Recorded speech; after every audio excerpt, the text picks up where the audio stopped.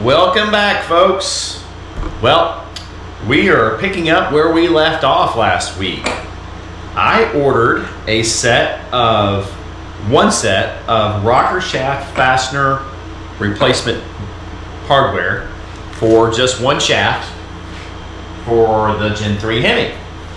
As you remember, last week, being a numbskull that I was, well, I broke one. But I found something out interesting on these rocker shafts. When I ordered this new set, I noticed that they came with these washers. Now, when I installed these rocker shafts, I never remembered these being in there. I just assumed my supplier just probably forgot or maybe missed something. Whatever. I should have known to probably gone in and investigated. But I learned a few other things about these washers that go in here. Now, I was told by a couple folks, my supplier being included, that these are not necessarily, these are installed for assembly purposes at the factory. They would stick these in and they go into this little clamp, hold down clamp, and they're for assembly purposes. That makes sense to me. So I thought, okay, but I was told they're not necessarily required for proper running. Not going to have any effect on valve train geometry, what I was told. A couple folks did say that they do need to be utilized. But something interesting, a gentleman on Facebook on the Hemi swap forums said there was a TSB, a technical bulletin on these things. And I can see where he was right on this. Basically, he said that in his name, and if you're watching, I want Rick Franciscone, I hope I pronounced your name right. Please forgive me if I'm not. But Rick, he's an admin on the 5.7, 6.1, 6.2, 6.4 Gen 3 Hemi advanced performance builds. And he mentioned that there was a TSB on these tabs. And he said you're supposed to go in, and you see those two little tabs right there? They're kind of like a little locking device. He said a TSB came out and said to remove these tabs before you put them in to the rocker shafts. I guess maybe this was at the factory, that service bulletin, or maybe went to the dealerships. And I thought, well, okay, maybe that's important. Well, first of all, I was mistaken. My engine builder did have, not my engine, my engine supplier, these washers were in there. So I just had a brain fart. I assumed that they weren't in there. And let me tell you why I assumed that they weren't in there. I just removed the bolt in which I broke the hold down clamp.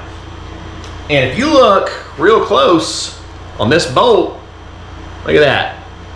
That clamp is galled up around that bolt. Now, why is that? Probably when I removed it or I installed it.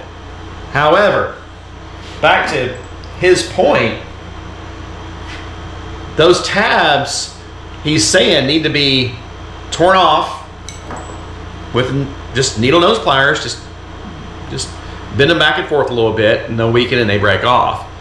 I would say that's either A, to prevent something like I was doing here, or B, to prevent these things from falling off and going in and out into those rocker shafts and getting into the feed holes. That's a very good catch. So what I'm going to do is I am going to go through all of these one by one, and if I see something, I'm going to share you. I'm not going to bore it on the long video, but I'm going to inspect each one of these. And if I need to tear these off, I'm going to. So I found that to be very interesting. regarding whether you need them or not, you know, my concern is, you know, you see there's some movement there between the shoulder and the hole on the clamp. Does this mitigate some of that movement? And I'm gonna say yes, it does. You can feel it's much firmer inside that clamp, that hold down clamp. So there's two realms of thought on that, whether you need these little washers or not. You Hemi guys that have been building these and watching me on my screw ups, you tell me what you think. I know that my engine supplier's built tons of these Hemis and had no problem with his engine builds, and I trust him.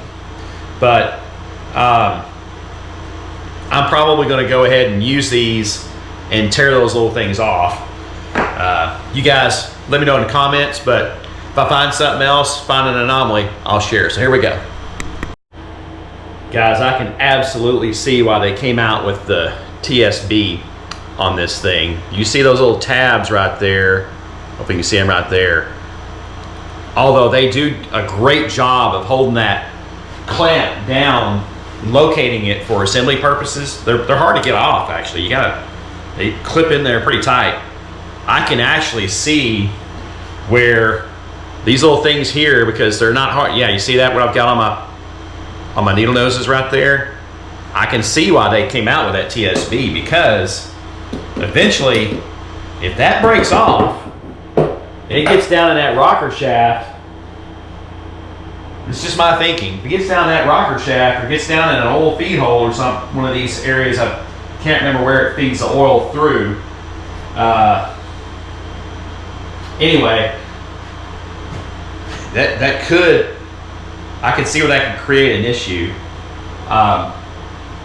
Definitely see where that could create an issue. That's my thinking. So definitely taking these off, because they're brittle as hell. So anyway, just thought I'd share that. Again, if I'm way off, let me know. Leave in the comments. Okay, we got all the rocker arms in and went through each and every one and tore those little tabs off, just as Frank had mentioned, Frank Fresconi. And again, thank you, Frank. I'm gonna try to post this link on the Facebook forums. So I feel better about that now. And again, I can see exactly why they tell you to do that on that service bulletin. I just inspected the rocker shaft, made sure there wasn't any little bits in there. So now we're gonna go in and torque.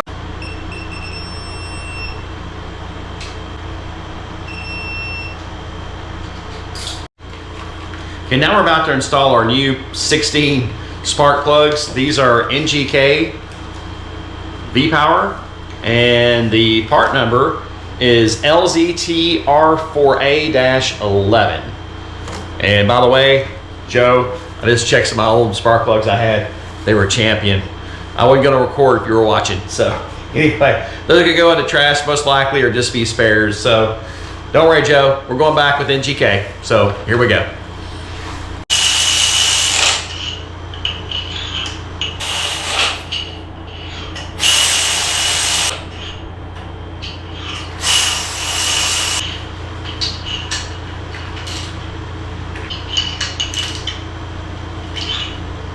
Factory valve cover's back on. I believe there is a right side.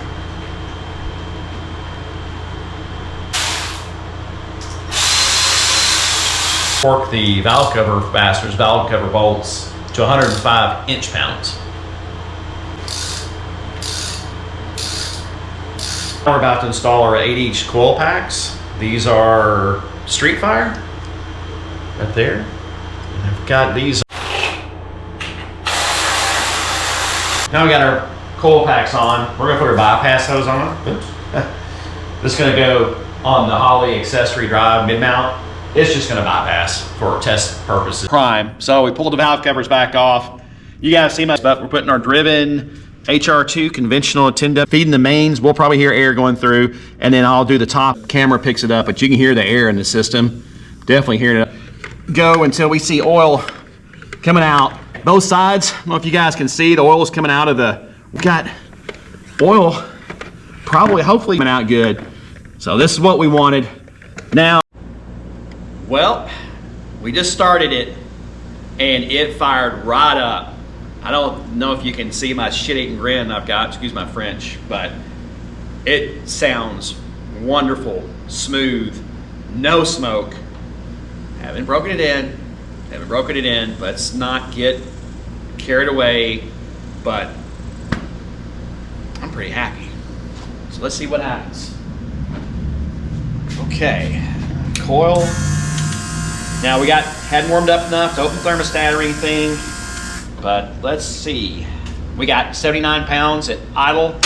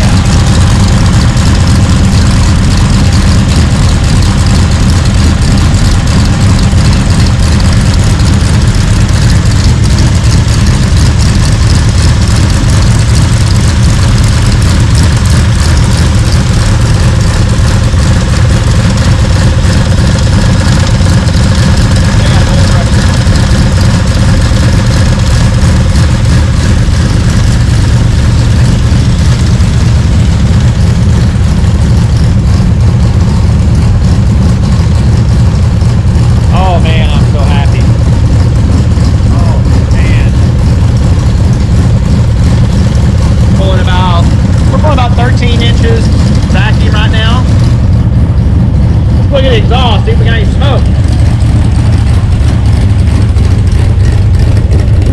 Oh man, no smoke.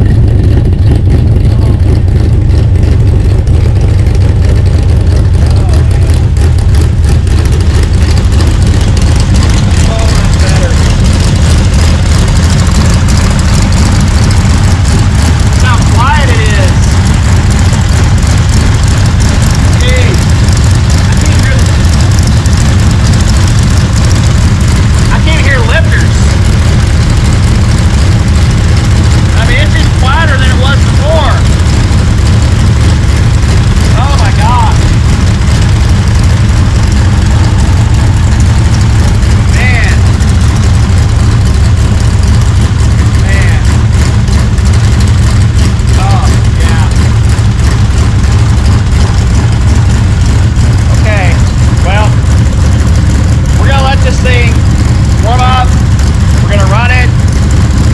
Get up to temperature, and after that, cool down. We'll probably pull some plugs and see what they look like, if they look any different than they did in the last build.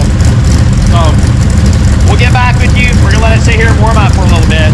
We're at about 87 degrees, so you need to suck some water in.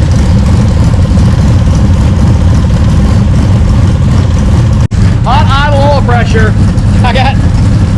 I'm at 68, 69. I use the same bearings. I not change anything on the bearing sizes. Look at that. Hot idle, I've got 69 pounds. Now we got water in it. We're running about it's got a 180 thermostat. So we're running about 187, 88. So, all that being said, keep an eye on its temperature as we run it more. But we noticed an oil leak on both sides on the front by the oil pan. I have no idea where that's coming from. However, I put my dye in. We're gonna make this easy on ourselves. We're gonna come back out here tomorrow. I put my dye in. We're gonna close the light, shut the shop, turn off the lights, get our black light just like we did on the Charger where we found our leak on it. We're going to see. I don't want to pull the pan and just guessing that that's where it's at. It could be coming from maybe the valve cover. I don't know. I tightened everything you saw just like I should, but no telling. But I don't want to guess. We will check this tomorrow morning with our equipment. But oil pressure, your guess is as good as mine. I used the same size. It's standard bearings. I didn't even turn the crank because there were no scratches. The bearings were good. I just changed them. Were they tighter? they were the same size standard, what it calls for. I don't know, but I'm happy. No smoke. All of our tubes, all of our the temperatures on the exhaust tubes are uniform. They're great. So yeah, tomorrow we'll get out here, probably pull some plugs after we figure out the oil leak, and if all looks good, we're going back to the dyno. So thanks, folks. We'll probably do a separate video to kind of show how we use our dye for checking for leaks, but this is going to conclude, I think, what we were doing for the Hemi reassembly. So thanks for joining on our journey. Let's do this. So please like, share, and subscribe, and we'll see you here pretty soon. Thanks, everybody.